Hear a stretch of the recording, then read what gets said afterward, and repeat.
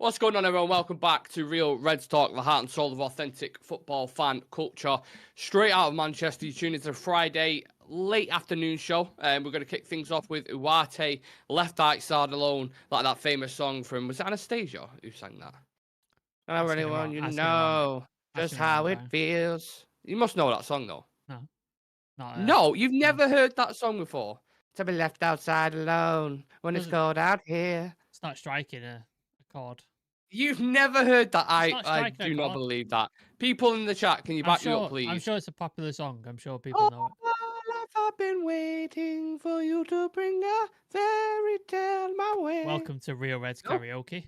Okay. No, never heard of it. I can't be the only person who's heard of that song. There'll be other people. And the reason why I mention it is because the main hook in the song is Left Outside Alone. And Manuel Ugarte has been left out of PSG's squad. Sancho to Chelsea as well. Don't know what the fuck's going on with that. We're going to talk about that. Laurie Whitwell's put out an article with a few interesting pieces about the Glazers, about Sir Jim Ratcliffe, and about Dan Ashworth. And I've got a little stat on Marcus Rashford towards the end, so find out what that is in relation to the game tonight, because of course it is game day. So before we dive into any kind of topics, you excited to see United back tonight, Sam? Ask me after like 10 minutes or 20 minutes. Oh, come on. It's the Premier League. The Premier League, we're back, man. I think last season has scarred me. Like, really scarred me. So I think if I see us play well in the first half or we get a goal, I might feel a bit more happy. But yeah, let's see. Well, we'd be feeling a lot more positive, wouldn't we, if we had midfield reinforcements, and we're starting to push a bit more on the move for Manuel Ugarte. Like I said, he is out of PSG's squad for their opening game in the French League. He wants to join United. The deal has never been off, absolutely on, but it will depend on conditions wanted by PSG. Ugarte has been clear he wants United as soon as possible. I think this deal could get done relatively quick, Sam, if PSG drop the price slightly, but it just depends by how much, because what was we offering, 39 or something, and then PSG wanted 50, right? So there's a 10 mil difference. How do you resolve that? There was two options. I think there was mentioned. There was the loan with the obligation, so it's like loan him and then you have to pay for him eventually, which could be an option. So then we just have to sort of kick the can down the road and maybe pay for it next summer when we might be in a financially better position. And then the other option is meet somewhere in the middle, like United come up a little bit, PSG come down a little bit. They get what they want, we get what we want. Everybody goes on the winner. Ugarte wants to join us, he gets to join. They get some money back for the João Neves situation, which I think Sky Sports said they're a bit under pressure to get some money back for that. So everybody walks away a winner, really. Like if they stick to their top price point and don't come down, you've now got an unhappy player who's been left out of the squad. Like, this is very reminiscent of, you remember Anthony? Remember that situation when United were bidding and bidding and bidding, and it was going up and up and up, and they were saying no, and then Anthony didn't show up to training or didn't thing and basically forced his way out of the club. It's very reminiscent. It's getting to that point now, and then you're going to have, if you don't sell him, you're going to have a very unhappy player on your hands. And it's like, do you want that till January? Do you want this player just on your hands until January? I don't think they do, so... Yeah, hopefully PSG come down a little bit, or a loan with an obligation is agreed, something like that. But yeah, that's what you got to hope. Yeah, it's a priority in it. I mean, I know we've spoken about it so many times, but this midfield area, there will be a slight skid mark, if you will, on the transfer window if we don't bring Ugarte in. I think we've done some good business. I think Euro, Xerxes, De Ligt, and Majari are good signings, good solid signings, but it's... I don't know, maybe some people think Casemiro's going to have this renaissance and he's looked, leaner. And I've already seen people talking about him looking leaner and he's a little bit more protected in the system. But he still has wild strikes in him, doesn't he? And I'm pretty sure you'll see them tonight as well, by the way. Like, he's still got that thing where he dives into tackles, he'll try press a man and he'll just get beat. Like, there are habits that I don't think you can get rid of. No, it just seems like that's what his instinct is to go after someone and press alone, which is when you're in a pressing system, if one player is just pressing relentlessly, it doesn't work because there's spaces and gaps that open up when one player goes and the rest of them don't. So if he's going to be doing that, he's then going to cause a gap behind him, which means somebody's going to have to step up to fill up, which gives space to the player behind him, and then you're in all sorts of chaos. And that's basically what happened to us last season. You got continually turned over 2 passes through the midfield and it was over. and they were on goal, and we ended up conceding 20, 30 shots a game. So yeah, he needs to put his head together and just stay where he needs to, and don't be running out relentlessly. Don't be two-footing people or any of that stuff. I think he still does it regardless. So I think the number 6 position is key, and I wish we were getting 2, but it seems like we're only getting 1 at the minute. Yeah. Well, obviously we'll keep you updated on that if anything does break. I mean, it's a weird one because it's like they said it could go right to the end of the window. This it just depends on the stubbornness of either side. But PSG need to sell this player.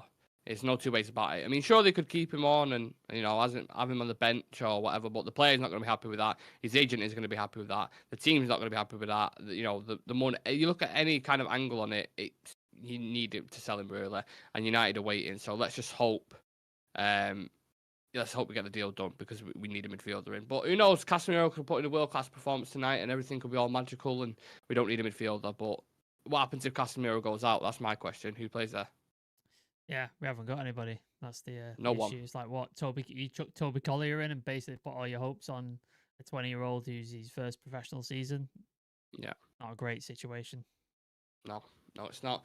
Right, let's move on to another bonkers story then. Just madness. This came in this morning, I believe, from a journalist I've seen bits from. Not too much. I think he works for Sport or Bild in Germany, potentially. Saying that Chelsea haven't expressed an interest in signing Jadon Sancho. They are willing to offer a transfer fee and 2 academy players for the winger, or sign him on loan with an obligation to buy with them to cover his entire wages. Now, as I'm sure you are yourself, Sam, calling absolute bullshit on this, but with Chelsea, they never fail to surprise, do they?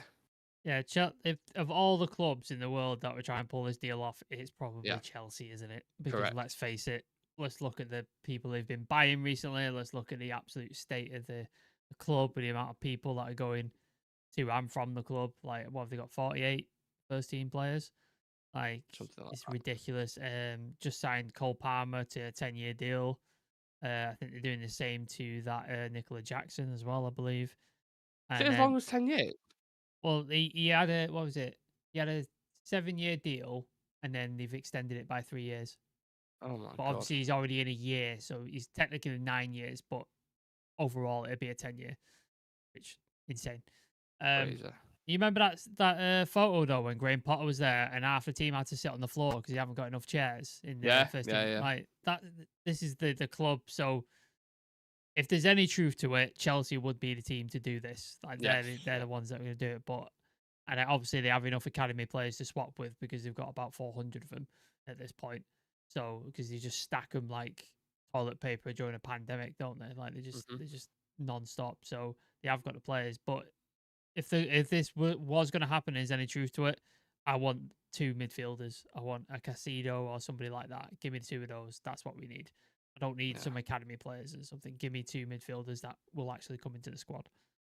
I mean, Chelsea are fucking stupid. I don't think they're that stupid to give us the £115 million signing that they've just made for Sancho. But I'm looking at them at the minute. I'm like, it's so crazy. I already got Mudryk, Sterling, Neto, Madueke, Palmer who could play out on there, and Kunku, Nicholas Jackson.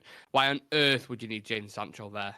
You're just going to get the exact same issues that you would have at United, where we've got too many wingers. He's, by the side. It's so bizarre to me. They're willing to cut. They're going to pay out 350k a week in wages as well on top of that.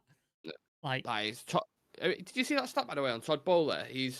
So in the entirety of City, United, and there was a couple others, like money they spent in the Premier League, it's like, I don't know, 2 billion, let's say, somewhere around. It's a very rough figure. He's already spent 1.2 billion, Todd Bowler, something like that. Insanity. 1.2 billion pounds, and he's been at Chelsea like what, 2-3 years, is it? That is mad. That is absolutely mental what they're doing. I don't know what. I was expecting some kind of fucking shit show to turn up at their door, whether it's something to do with FFP or because they're doing something mad, aren't they? I don't get how they're managing to spend that money. There's some sort of crackhead accounting going on, isn't there, in that club? Like, I don't know how they're getting away with it. I really don't. Like, it just seems insane at this point. Like, Barca are not able to register players. Like, they signed Danny Olmo and stuff. They can't register 5 players because of FFP and all that sort of stuff. And I know that La Liga laws are a bit more stricter in terms of wages and stuff like that.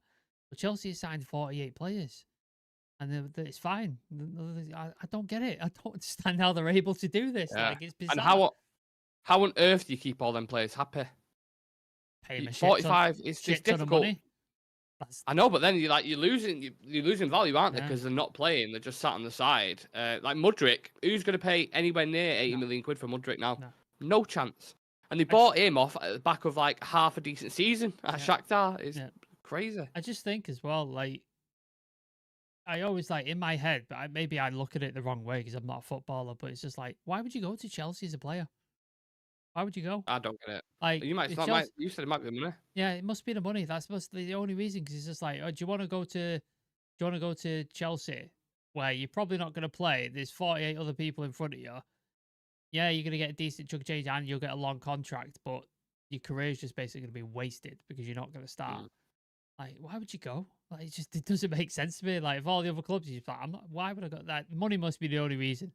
That could be the only reason, because I don't understand why, for your career, your playing ability, and your development, you would go there. I don't understand it. I'd love to get a Chelsea fan on here if we can and just say, mate, what's going on? What's happening? Talk me through everything, because what's going on over there is just craziness. And I'd hate to be a Chelsea fan at the moment. It's grateful that Ineos have come in, to be fair, and started leveling the ship. Dan Fenton's saying, I hope we get a good start to the season, good performance, good game, 3-0, Ahmad, Bruno, Rashford. Richard Hawkins, I thought last night's 9 p.m. show was magic. Just wanted to put it out there. Yeah, man. Thank you very much. Appreciate that. Cole Palmer doing a stretch in Chelsea. Poor lad. Yeah, prison stretch. Bought the third kit and track jacket today. Jacket was too class not to buy. I'll just have to wear it in air-conditioned places. I have to say that's one of the best tracksuits I've seen. Very nice. United. Very nice. That black one is, right up there.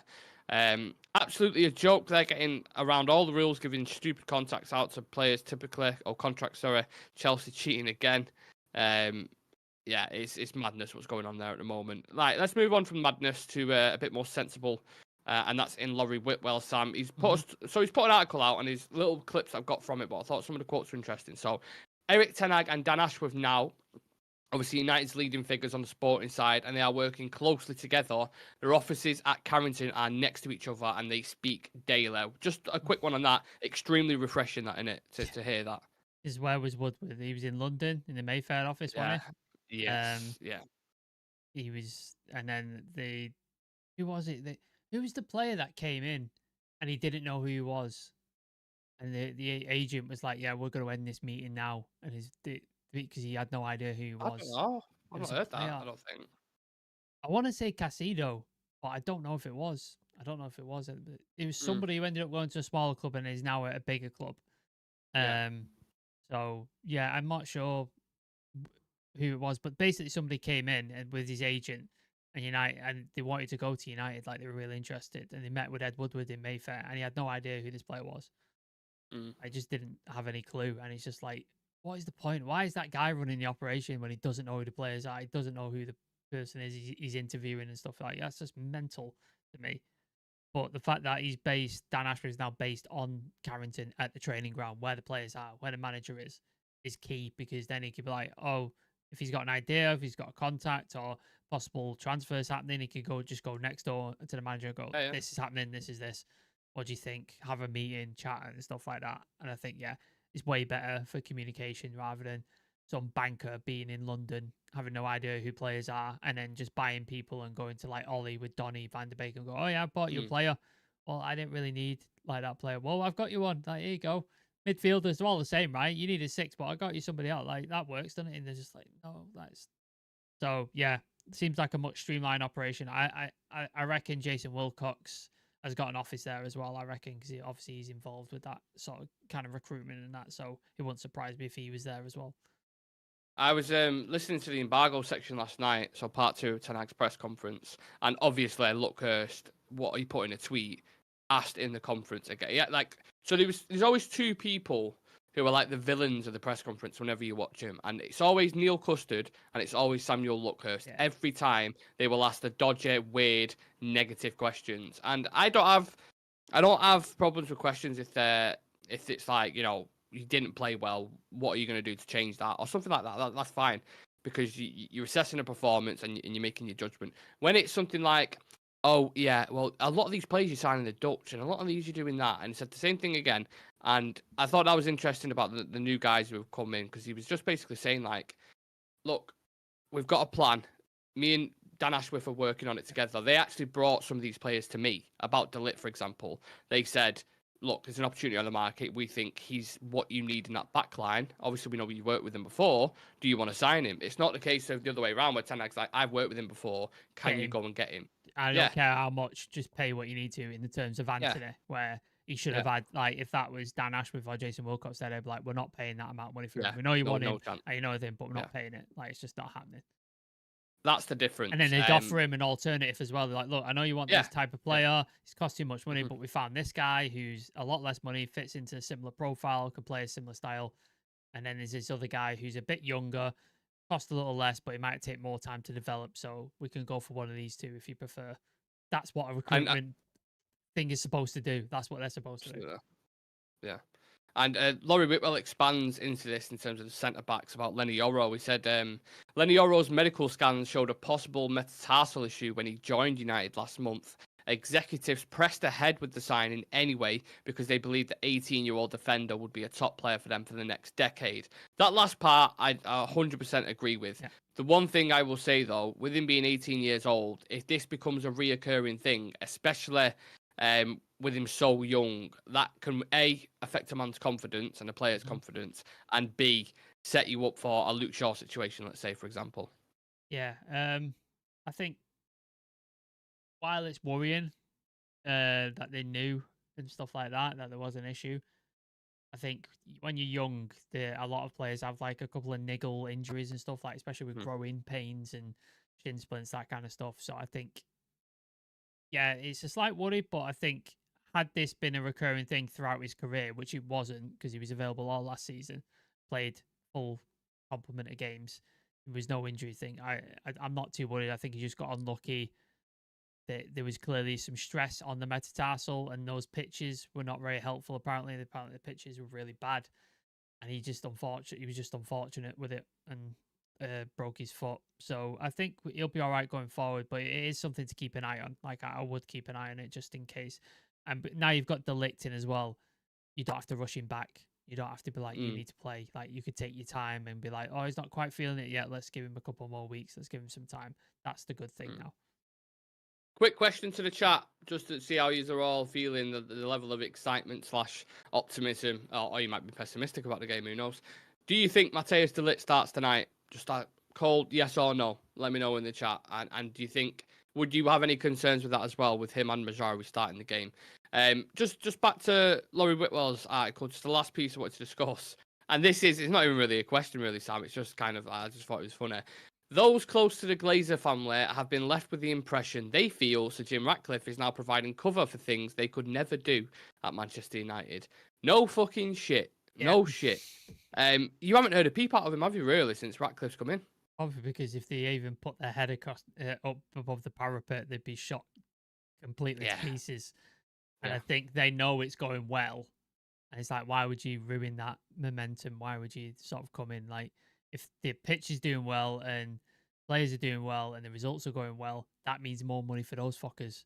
So they're just going to sit back and count the dollars, aren't they? That's what they're there for. They just want to count the money coming in. So I'm sure they'll just keep as quiet as long as possible. Unless it obviously goes wrong and then Ineos end up leaving and stuff, I'm sure they'll then come out and go, yeah, they destroyed this, blah, blah, blah, all that sort of stuff. So I think they'll just sit quiet for a while it's all going well. And if it does go wrong, they'll throw Ineos under the bus, I'm sure. But the weird thing I can't wrap my head around is, surely they must be seeing this and going, well, if we did this 10 years ago, there wouldn't have been half the noise and shit. And obviously, there's still people concerned with them taking over and the dividends and all that kind of, and the debt. That's still a big issue. But had they had done what Ineos are doing now, which I'm not saying is a simple thing, but just get the right people in the right areas, professional, who are the best in the game, and get a structure, then you wouldn't have all these issues, and it'd be run like a proper club is supposed to be, especially a club the size of United. And you're saving money because the transfers that we're going for, like even if we sign Ugarte now, and then let's say we sign a Sancho or McTominay, the net spend's still going to be 100, 120 mil, but you significantly improved the squad because you brought in like 5 players, all between the ages of, fucking 18 to 24. Yeah, I think I think it's an ego thing. Like rich people, they just seem to think they're capable of doing everything because they've been successful in one area or relative success because they bought United on debt. They didn't buy it because and use their own money. Like, but in terms of like they are rich people, like they have a lot of Oh, wealth. fucking look it. It's they have this arrogance where they just think, well, I was successful here, so all I need to do is just transfer it over here and it'll work, right? Whereas football is such a different beast, like because it's almost a community entity, and there's fans and there's like a feel for the town and stuff like that. It's very different to sort of American franchise sports where there's not that connection. It's very much like there's a community connection, and I think thought they could just run it like they do with their football businesses or their malls and stuff like that, and they were like, oh, well, we'll get our mates in because then we could control everything and we'll keep our fingers everywhere. And it's taken them 10, 11 years to realize this is going down the pan because we ran it so badly. We need to get somebody in, but we still want to keep our claws on it because we know it's a moneymaker and we know it's a massive brand. And that's kind of what they've done with Ineos. They've let them in, but they know they want to keep making money from it. So they haven't given them total freedom of everything, but they're giving them the football control, which is the stuff that they're not really interested in anyway. They're interested in the commercial side. That's the stuff they want to do. I'm interested to see how it develops over the course of the next 5 years. Like, does he get more of a percentage? Is that agreed on paper? Because no one knows that yet. It's not a guarantee that he's going to take over. I suppose people will care less if we're winning Premier League titles and Champions League titles. They won't really be bothered as much. Will takes the heat completely off in that sense. But obviously still want them gone. Sean saying Ashworth has an office next door to where it's Ten Hag. They'll be firing paper aeroplanes across the hallway to each other. Yeah, just with transfer signings on. Just a quick little. I don't believe that report, lads. I don't know if you're referring to the Lenny Oro one. It's from Laurie Whitwell, so it's probably very well sourced. Sean saying metatarsal sounds like a dinosaur. Thoughts? Yeah, I can see it. Yeah. I agree. Ashworth having an office training around is good. If that's true, how did Yoro pass his medical? It's a bit worrying because you can still have like tweaks and concerns. I think to fail your medical, I mean, you've got to be fucking basically. Seriously, you got severely injured. Yeah, like a bad injury. If it's just a tweak or it's just a minor concern in medical terms. Højlund had the back injury, didn't he, when he first came to United? But he passed his medical, but he obviously couldn't play because of his injury. So yeah, it has to be something really bad in order to fail your medical. Richard saying, yeah, I had to get the bus and walk half a mile to the taxi depot because I left my phone in the taxi last night. It was hard going. He's had a mare. This morning / afternoon. I hope you're all right, Richard. I hope you've sorted it. Richard doesn't think the little star elite says yes. Sean says yes. Dan says yes. Sam, would you sacrifice that mug to smash it over Joel or Avram's head? All day, every day. And if any free shot I can get at those two fuckers, I will use whatever's to hand. Yeah, rhetorical question. I think I'd prefer more of a slap with one of the Glazers. Either way, I think that's whatever I can get. Yeah, whatever's close to hand. If I've just got my hands, I'll use my hands. It's fine. But yeah, just whatever is going to cause the most damage. I've not said that for a while. To backhand Joel Glazer. You've I want to cut that fucking ponytail off. Yeah, the rat tail. That is one of the most. I'm saying it's weird how they've not looked at United for the past 10 years and done anything about it. It's weird how he's looked at that rat tail at the back of his head for 10 years and not done it. Well, 20 years, whatever it's been. They're surrounded, rich people surrounded by yes men, so they're never going to tell him, Avram, this looks like shit. Just chop it off, mate. Like chop it off. Like nobody's going to tell him because they're rich as fuck and they don't want to lose out on their cash cow. So nobody's going to tell them. That's why, great, Avram. Yeah, like, really? you see, rich billionaires, they all dress like shit. They all look like shit. And it's just like, mate, you've got so much money. Like, why? Why are you dressing like this? It's so bizarre, man. Like, just go hire a stylist and get somebody to help you out. The most awkward blazer ever. And just didn't he? Wasn't he a picture of Avram with his dog in a pram? I think. I wouldn't surprise me. Someone would have seen it in the chat, pushing his dog in a pram. Would not surprise me. he's in La La Land. This guy, is just They so don't, bizarre. mate. They don't live in our world. They don't like Nah, rich billionaires. They don't live in our world, yeah, mate. no. As Big Nasty once said, they've never smelt piss in a No. council house or council block. Sorry. UTFR, Delit, Mazraoui, and Xerxes should all be starting, in my opinion. I think one of them starts. I think Delit or Mazraoui. I can't see Xerxes starting. Can't see Xerxes, but Delict and Mazraoui could start. I'm Could. more confident Mazraoui starts. Mm. Delict, I'm 50-50. I definitely don't think Xerxes is going to start, unfortunately. I'll tell you what, I don't know if anyone's seen that video of Delit in training, but He's on fucking it. hell, it looks good. He's on it. He looks good. Reactions, communication, everything looked really, really good. But it is training, so I mean, Anthony can look good in training, I suppose. Did anyone watch Elise's Bayern interview? Talk about nonchalant. Yeah, I watched it. Did you seen it, Sam? No, I've seen people talk about it, but I've not watched Oh, it. you'd love it. You'd love it. It's the most like you're asking really He's just not detailed asked. questions. Yeah, he's asked detailed questions like how do you think the competitiveness is going to be? Like what do you think about the wing backs? How are you going to duel against them? And every answer's just like, yeah, I think I'll do all right. They're like, what? They're trying to pull as much out of him as possible. They're Not waiting to type the copy. Like, I'm going to get alert. And then you just like, yeah, all right. Like, for fuck's sake. Okay. Right. Yeah, you don't want to put that line out, do you, No. on Twitter? Elise said this, and then three Yeah. words. You're like, fuck's sake. Yeah. I actually remember when we had Muppeteers on, and we was linked with Elise, and he was chatting about like him as a. I don't know how he knows him or if he knows his agent or whatever, but he was saying like he's so overconfident, not like cocky, but he's so Believes just in himself. relaxed, yeah, believes in himself and knows who he is. Kobe Yeah, Mainu. Kobe Mainu the same way. Yeah. Like he looks so unfazed at every stage of his situation, and he just knows, yeah, that's just another normal day. Just get on with it. That's who he is. Elite baller. Here's a quote for you. Rich people make gravy out of poor people's elbows and knees.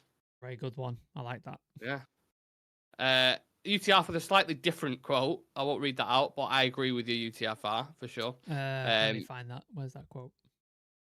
Oh, yeah. Yeah. Yeah. I agree. I mean, I'm trying to think of one that isn't. Well, I'm struggling, honestly. I'm struggling. I mean, Epstein's Island will tell you everything you need to know about that situation. Afternoon, Nick, Sam, everyone. Hello, my damned up. You good, mate? Listening, but busy at the moment. Hope everyone is good. Well, thank you for tuning whilst you are busy. Appreciate that. Can you see a young guy from Arsenal being on the bench? No. Cheetos, it takes ratification from the Premier League. There's a lot of things going on with that at the moment. So I think yeah, he's going to be part of the academy for a while. I don't see him being a massive part. You might see him on the bench in a few months, but I don't think you'll see him starting any games unless we have an absolute insanity injury crisis. Then yeah. Right, I said at the start of the show I've got a stat for you on Marcus Rashford, obviously ahead of the game. Marcus Rashford's next game for Man United will see him equal the 404 appearances made for the club by the great Dennis Law. Wow. That took me back a little bit because I was like, oh my God. I think he's going to go into the top 10 all-time appearances or something. Which is, does that not sound a bit crazy to you? No, because when did he come in at 18, 17? Yeah. 10 years now. Arsenal or Midfield, was it? I can't remember. Midfield, yeah. Because Martial was injured. Shocking.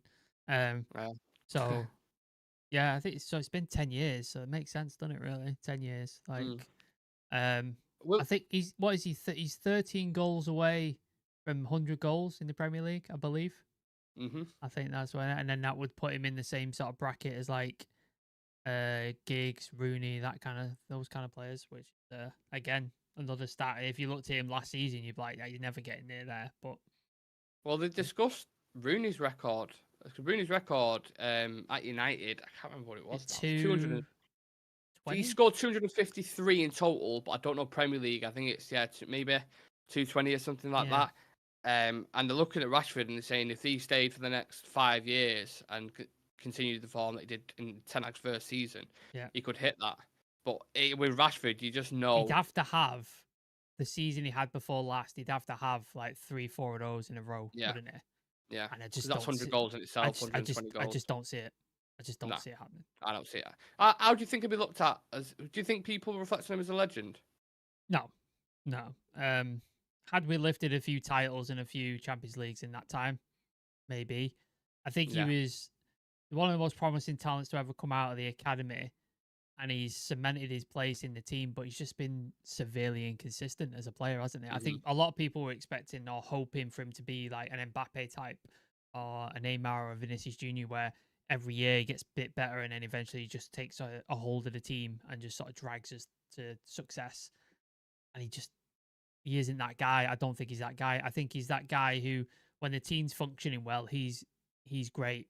But when the team's having a bad patch or we're struggling, Yeah, he's he's not the nowhere guy, to is be it? seen. Like he's not going to pull the team through.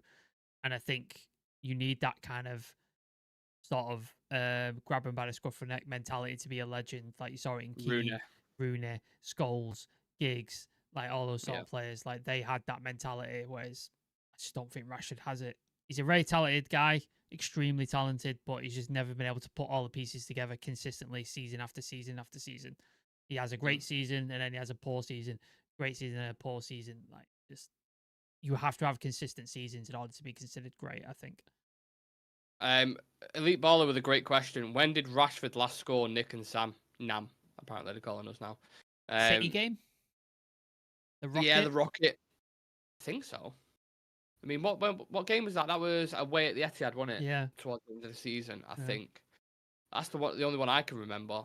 Yeah. I can remember the little one. So I remember the one against Wolves because that was the whole situation around Belfast, wasn't it? Yeah. Where it was like, will he start? Won't he start? And then within the first 10 minutes, he scored, and kind of everyone was like, oh, okay, fair enough. You know, Yeah. you started him.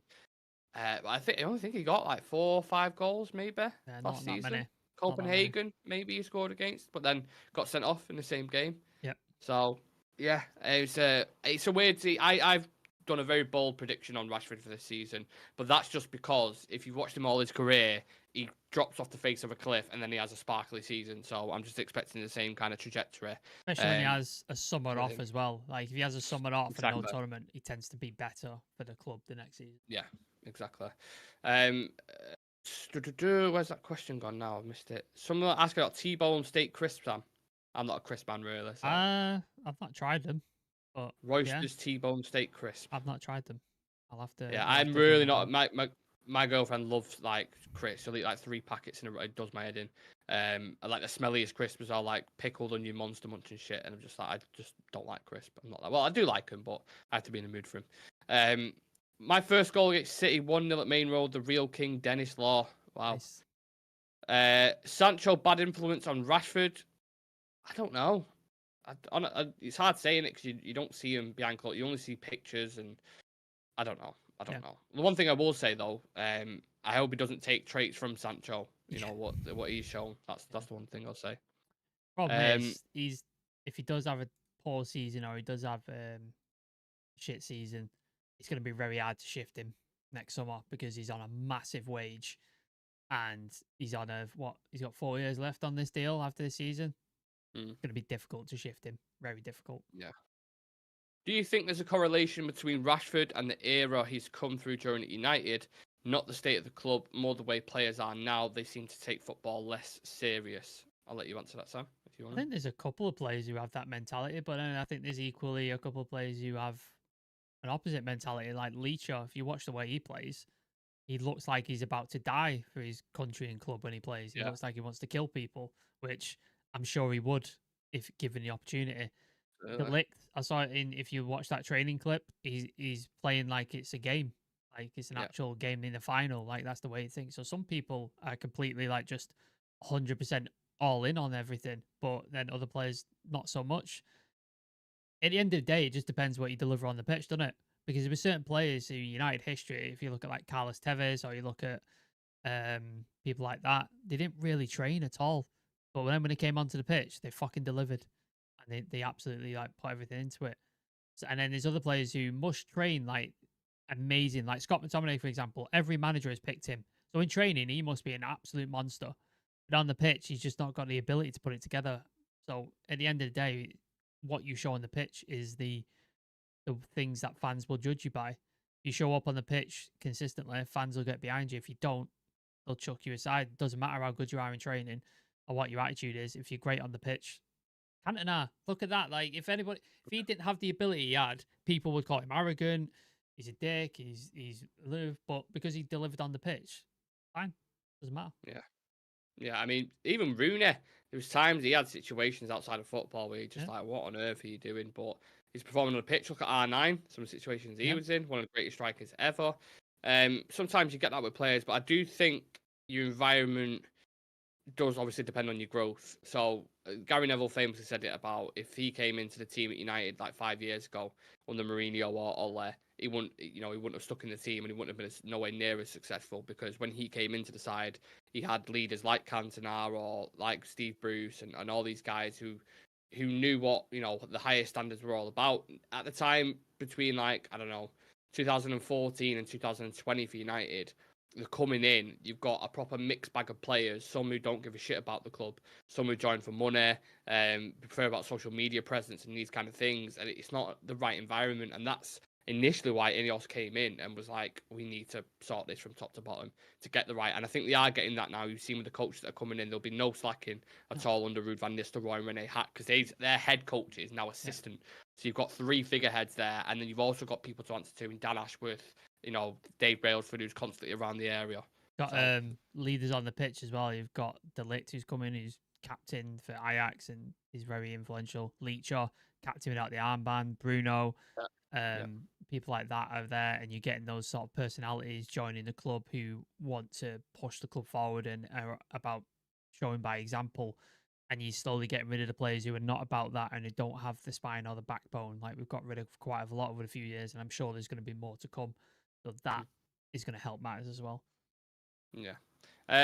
Right, last couple of questions. Elite Baller, were you surprised by how dangerous Casemiro is attacking wise when he came to United? He scored a decent amount of goals.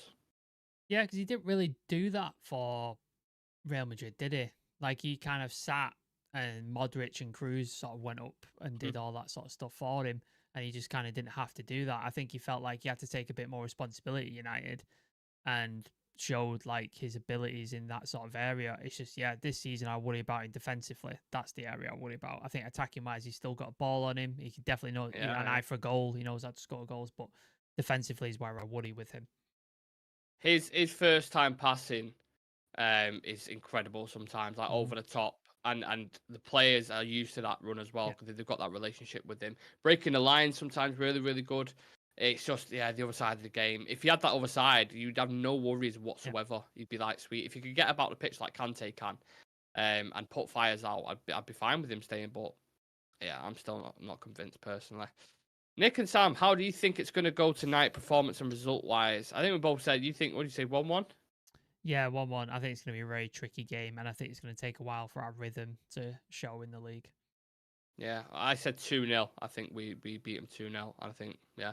Bruno to score or assist. Mm-hmm. Um, do you think Xerxes will start? No. No. No. No. I'd be astonished if he did. If Casemiro plays in that 8, I could see him getting 10 plus goals. Well, yeah, you think even Yeah. last season, the shocking season that he had, he still had, I believe, 6 assists and Yeah. 6 goals or something. He's Like he still contributes quite a bit. he's a real threat on set pieces as well. If you get a free kick outside the box or a corner, Yeah. he's always like one of the first to get his head to it and get like know where the goal is. So he's Yeah. definitely a threat like going forward. Yeah, for sure. Yeah, just on the game, we are going to be live tonight, so make sure you come and join for the watch along round. I think coverage starts at 6 o'clock, but we'll figure it out. We'll set the stream up and we'll let you guys know on our socials. So do drop us follow on Insta, Twitter, Facebook, TikTok as well for any kind of form of updates on there. And turn on the notification bell so when we do go live for it and we've got early team news, you can come and join the channel. Big up everyone in the chat. Big up Sam for coming on. Anything else you want to say, Sam, before we head off? Follow all the socials, Instagram, Twitter, TikTok, all that nice stuff. If you haven't watched our Fulham preview and you want something to watch before the game, go watch that. Yeah. Or if you want something else to watch, go watch our Ian Irvin interview from Talk of the Devils. Very good interview. Both of us are very proud of that. So if you haven't seen that yet, please do go check that out. Yes. The Premier League is back. Man United are back. Thank fuck. Hope you all enjoyed the game, whether you join us or not. Enjoy the games over the weekend as well. We can finally stop watching things like fucking tennis or whatever you guys do in your spare time. So, yeah, appreciate yous. Like my damn United says there, quick reminder to everyone to get your FPL teams in. Yes. That's for members. So if you are part of the membership, then, yeah, I think Sam's put a couple of community posts up there for you guys for the code to join the league. So make sure you join that. If you want to become a member for exclusive content, some cool features like emojis and stuff, and just being a part of the community in general, then yeah, click the join button next to the notification bell, or click the link in the description. And breathe. Right, we'll see you in a bit, guys. Thank you very much for tuning in. Latest.